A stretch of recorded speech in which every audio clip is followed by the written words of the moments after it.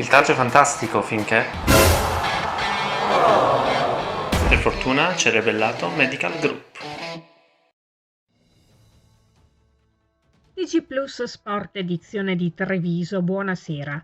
Apriamo il nostro notiziario sportivo parlando di volley.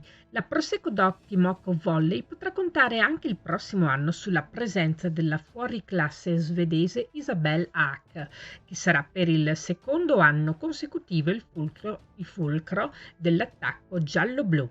Le sue cifre in Serie 1 testimoniano le sue qualità di giocatrice globale. 645 punti, 5.7 asset, con 23 aces, 53 muri e una percentuale d'attacco del 48,3%. Passiamo al rugby. Il Mogliano Veneto comunica l'avvenuto rinnovo contrattuale con molti giocatori che quindi rimarranno a far parte della rosa bianco-blu anche per la stagione 2023-2024 nel campionato di rugby di Serie A Elite. Per il reparto degli avanti, Ceccato, Enzo Avaca, Spironello, Aminu, Grassi, Baldino, Finotto, Marini. Per quello di tre quarti, Vaino, Fabi, Dalzilio, Fadalti, Giuliano Avaca.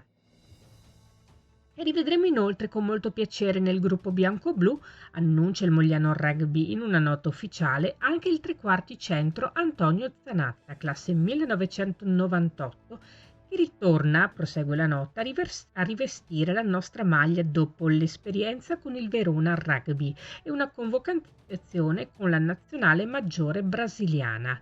Bentornato Antonio.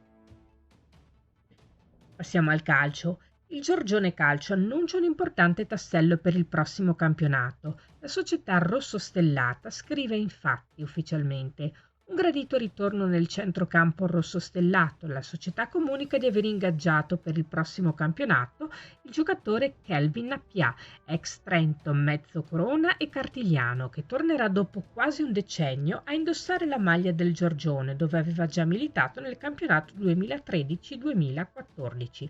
E si chiude qui il nostro notiziario sportivo. Grazie per essere stati con noi. Arrivederci.